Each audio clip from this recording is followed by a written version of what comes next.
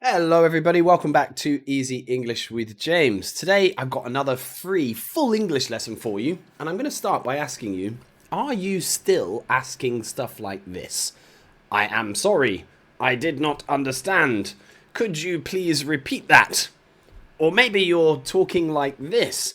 I do not wish to do this. Thank you very much. When actually, you might hear real life conversations that sound like this. So, I was trying to sort the Wi Fi, and the guy was like, nah, you just need to reroute the IPv6 protocol. And I was like, whoa, hang on, I didn't catch any of that. Come again? See how different real English sounds to some of that boring textbook stuff on this page? Let's have a look what we're going to learn today. We're going to master those thinking noises that make you sound really natural in English. We're going to learn to tell a simple story with confidence and flow. We're also going to understand something called nuance and what people really mean. And then we're going to learn some amazing phrasal verbs that'll help you be able to say exactly what you want in English. So let's start with our secret weapon. These are called filler words. And if you ask me, what makes someone really sound fluent in a language, it is probably the number one thing after maybe the schwa sound. You remember the schwa sound from my other videos? It's probably using filler words. Native speakers fill the gaps, that's the spaces in the sentence, with thinking noises. They are not mistakes. They're things like, you know, and I mean. But we don't say them like, you know, I mean, because they're filler words. So we often say them really casually. That's like really relaxed and really fast. So it's more like, you know, I mean, you know, I mean, you know, I mean. Okay? Practice with me.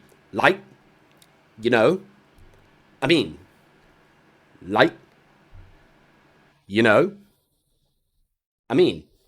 Okay? Let's have a look at how some of these sentences actually look. How do we use them? You should see here the word like. We use this to give an example of something, or what we call an approximate.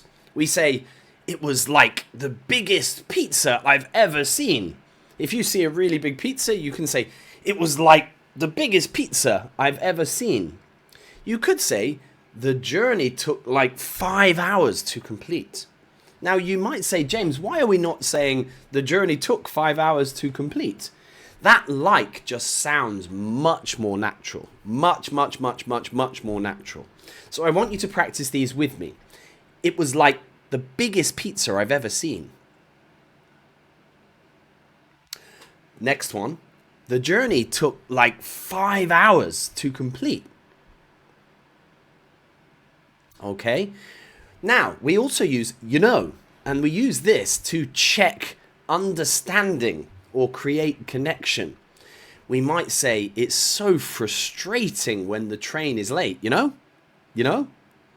We could say, he never helps around the house, and it's just not fair, you know? Okay, practice with me. It's so frustrating when the train is late, you know? Or, he never helps around the house, and it's just not fair, you know? Now, we also have this one. I mean. To clarify or rephrase when you want to make sure somebody understands what you're saying, you can add I mean and then say it in another way, a different way. For example, I don't want to go. I mean, I'm just too knackered to go out tonight. If you followed my other lesson in this series, you will know that knackered means very, very tired. So, I don't want to go. I mean, I'm just too knackered to go out tonight. I'm too knackered to go out tonight. Okay? I don't want to go. I mean, I'm just too knackered to go out tonight. Or, the film was okay. I mean, it wasn't the best I've ever seen. The film was okay. I mean, it wasn't the best I've ever seen. Listen to how natural that sounds with I mean in the middle. The film was okay. I mean, it wasn't the best I've ever seen. Okay? Repeat after me. I don't want to go. I mean, I'm just too knackered to go out tonight. The film was okay. I mean, it wasn't the best I've ever seen.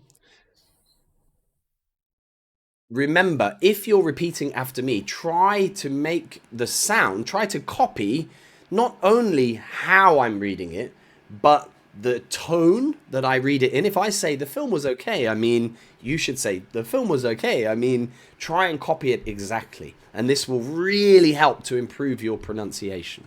Okay? So, look at these again. It was like the biggest pizza I've ever seen. The journey took like 5 hours to complete. It's so frustrating when the train is late, you know?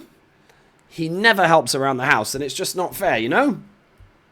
I don't want to go. I mean, I'm just too knackered to go out tonight. The film was okay. I mean, it wasn't the best I've ever seen. Okay? Pause it right here and practice all of them now. Now, this is going to be your new favorite phrasal verb. It is to figure out.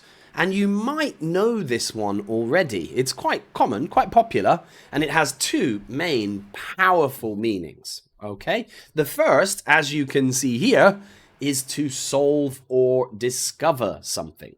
This means to find a solution to a problem or to find a piece of information.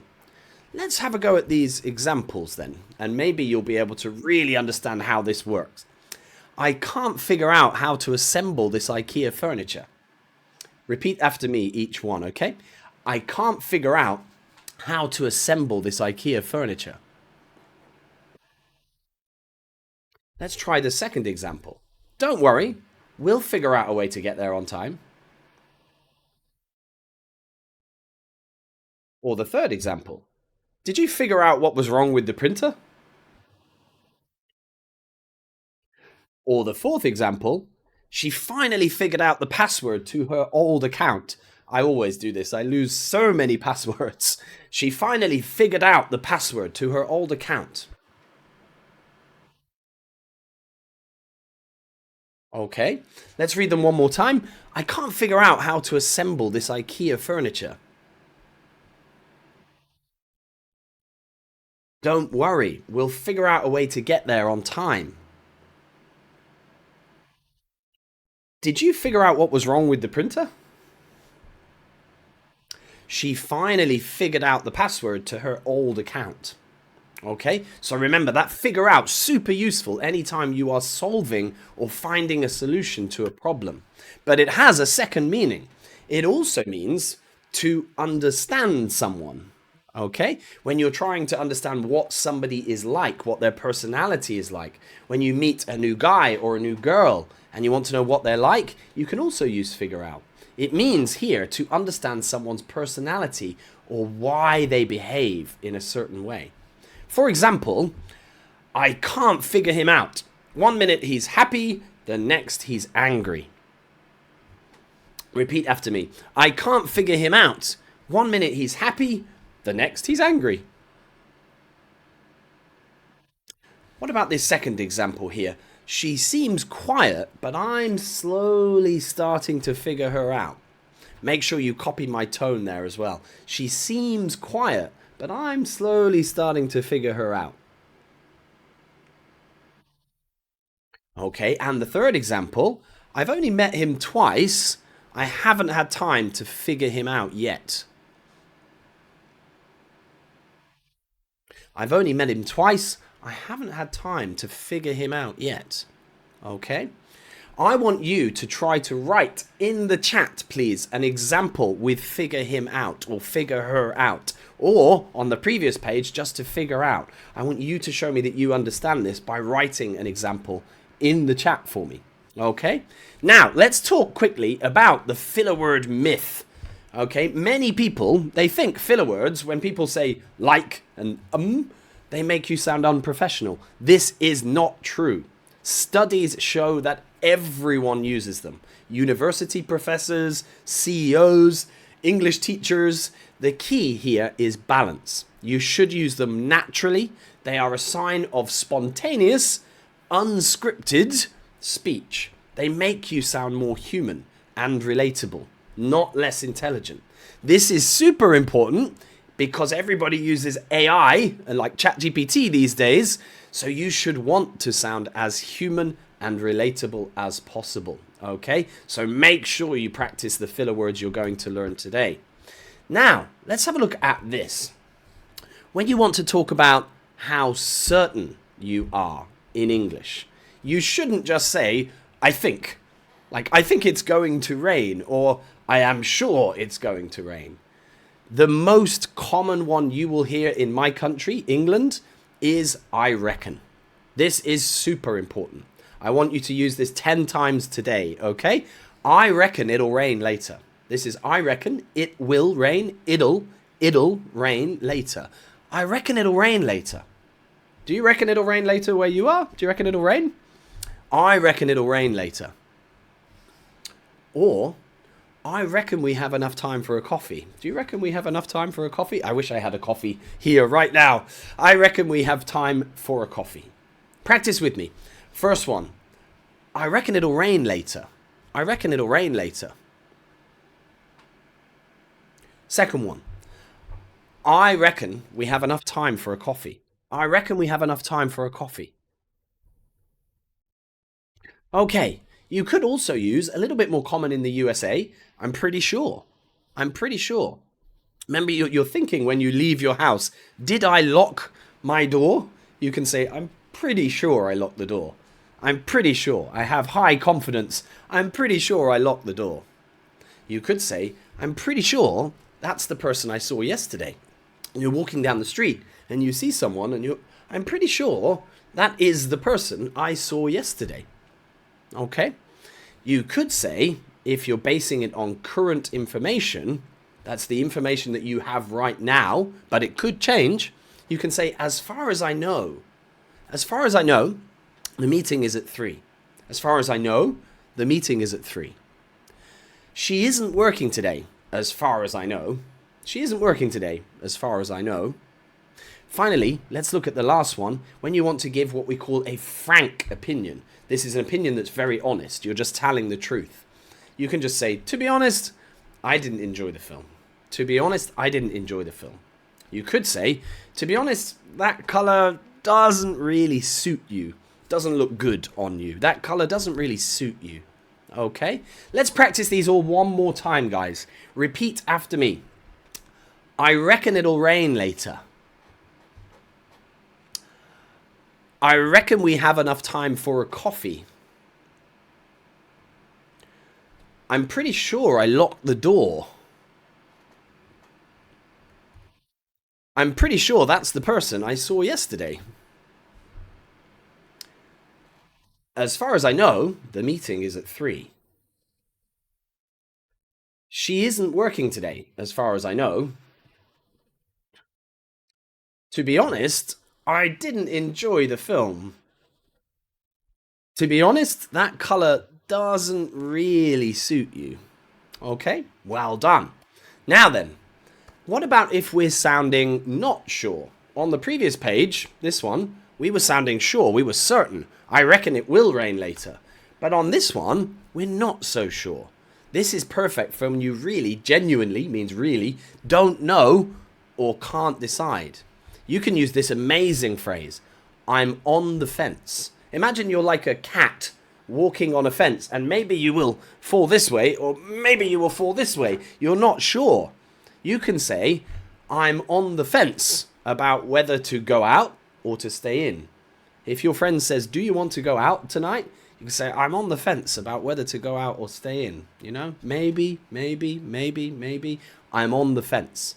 Okay? You could say, I'm on the fence about buying the new phone. It's so expensive. Like, I want the new phone, but it's so expensive. So I'm on the fence. I don't know if I will buy it or not. Practice with me this one, okay? I'm on the fence about whether to go out or stay in. I'm on the fence about buying the new phone. It's so expensive. Okay, let's have a look at this one. Your guess is as good as mine. That means, essentially, I have no idea. Quite funny, really. No idea. Your guess, the same as my guess. Nobody has any idea, okay? I don't know. What time does it start? Your guess is as good as mine. Okay, copy me exactly when I do this. Your guess is as good as mine. What time does it start? Your guess is as good as mine. Or, will the traffic be bad? I don't know. I'm not GPS. Will the traffic be bad? Your guess is as good as mine. Your guess is as good as mine. Okay? Or when you can't predict something right at the end here, it's pretty difficult to say what will happen. You can just say it's hard to say. Will they win the match? It's hard to say. They're a good team, but I don't know if they will win the match. It's hard to say. Whether the project will be finished on time is hard to say. Do you think we'll finish this project on time? It's hard to say. It's hard to say. Okay, it doesn't mean it's difficult to literally speak. It just means you don't know. You can't predict it. It's hard to say. Okay, go back and practice those again. Let's move on. So when we want to tell a story, we need to open the story. We need to start the story with something, right? So we don't just start. We need to use a phrase that makes somebody listen to us. The best way English speakers do this, using no textbook English, real English, is to start with something like this. So, get this.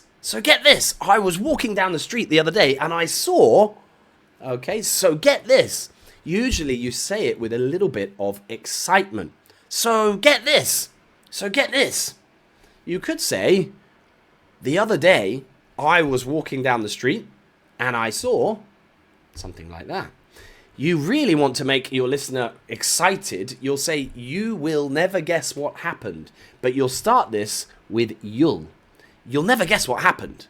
You'll never guess what happened. I was walking down the street the other day and I saw... You'll never guess what happened. Okay? Or, oh, you won't believe this. You won't believe this. You won't believe this. Guess what happened to me the other day. Okay? Practice with me. Really excited. So, get this.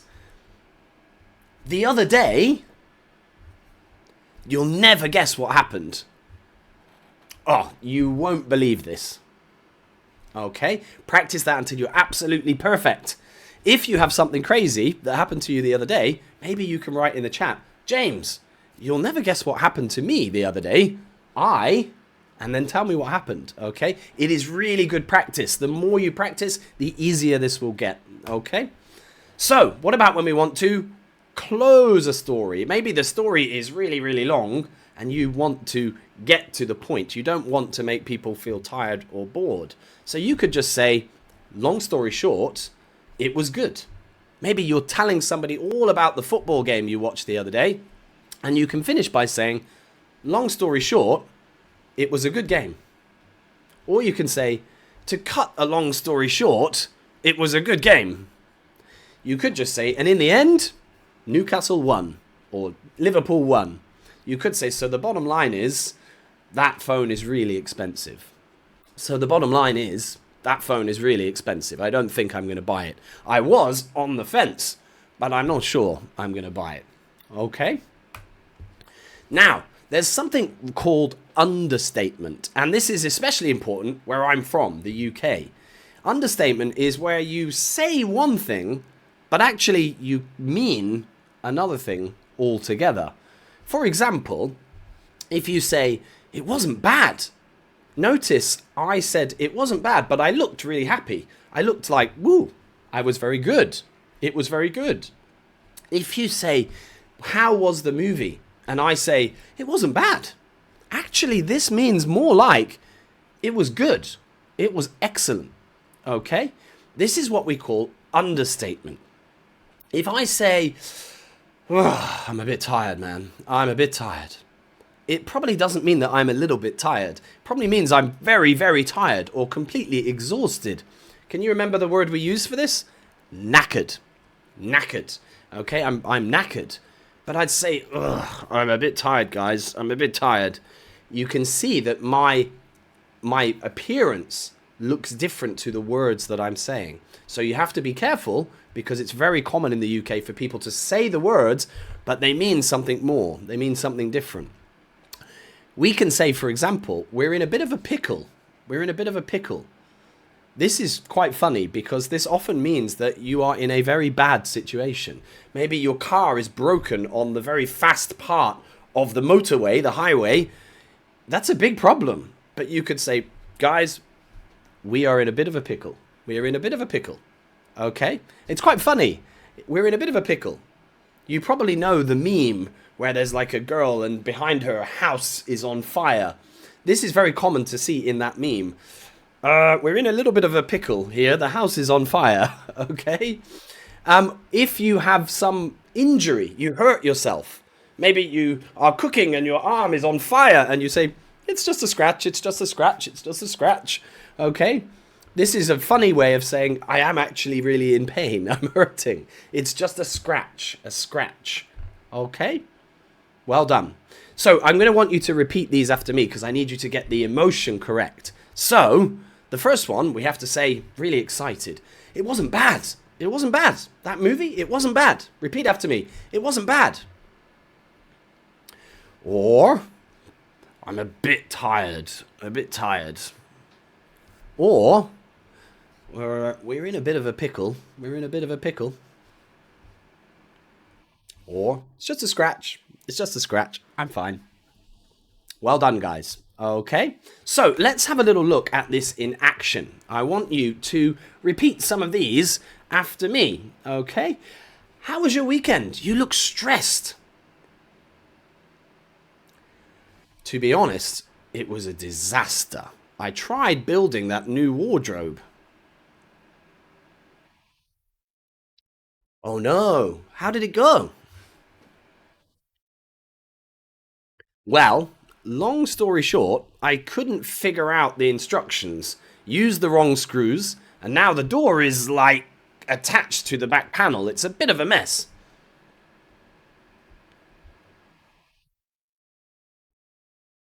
A bit of a mess? Sounds like you've invented a new kind of modern art. Okay, well done, guys. Go back and practice these until your pronunciation feels perfect and natural. Okay? Let's try the next one. Scenario 2. Did you see that new sci-fi film? Yeah, I saw it last night. I'm still trying to figure out the ending, you know? I reckon the main character was a robot the whole time. Really? I'm on the fence about that. I mean, if he was a robot, how could he eat all that pizza? Your guess is as good as mine. Okay, well done, guys. Remember, repeat it again until you're happy. Now, let's try a little bit of a quiz here. Okay, I'm going to give you a couple of seconds to guess the answer, and then I'm going to tell you the answer. Okay, so you can see this first one. We've got some choices here. Reckon, long story short, figure out, to be honest, and like. If you need more time, press pause right now, and you'll have a little bit of time to try and figure out these answers. Okay? The first one says, I can't something this maths problem. I can't something this maths problem. What do you think that might be? The answer, of course, is figure out. I can't figure out this maths problem. What about B? Something, me neither. My answer is something, a million. What could this be? Something, me neither. My answer is something, a million. Okay, it is, of course, to be honest, me neither. My answer is like... My answer is like a million. Notice how I say that. My answer is like a million. Okay? I something that's probably wrong. The question is 2 plus 2. What do you think? I something that's probably wrong. The question, remember, think, the word we use is reckon. I reckon that's probably wrong. The question is 2 plus 2. Oh well, long story short, I'm bad at maths. Okay? Now, there is a quiz here as well that we are going to do very, very quickly. Okay? If a British person says your presentation was not bad, What do you think they likely mean? If they say, remember, an excited way was not bad. A, B, C, or D. Not bad. They probably mean it was actually very good. Okay. Now, this one, I'm going to finish our lesson today with this one, and I want you to write your answer in the chat. Whatever you think the answer to this question is. I'm something about moving to a new city. It's exciting, but scary. I'm something about moving to a new city. It's exciting, but scary. Do you think it's pretty sure, hard to say, on the fence, or gutting? Have a think about that, guys. Thank you very, very much for joining me. There will be, you can see we have some slides left. More of this is quizzes and tests for you. I will be uploading all of these presentations and files and lessons to my website in the very near future, okay? And you will be able to buy them in big, big groups because it took me a super long time to make most of these lessons, okay? They're all actually written in HTML, JavaScript, and CSS. So I want you to be able to practice as much as you can by downloading these lessons yourself, okay? So keep an eye out in the future, in the very near future. I will be uploading all of these to my website for you to get hold of, okay? Thank you very much for joining me today. Lots more of these lessons to come. Remember, you can always give me advice if you want to see a lesson about something. Write it in the chat. Tell me a little story about what you've been doing this week, okay? Have a nice day. Bye-bye.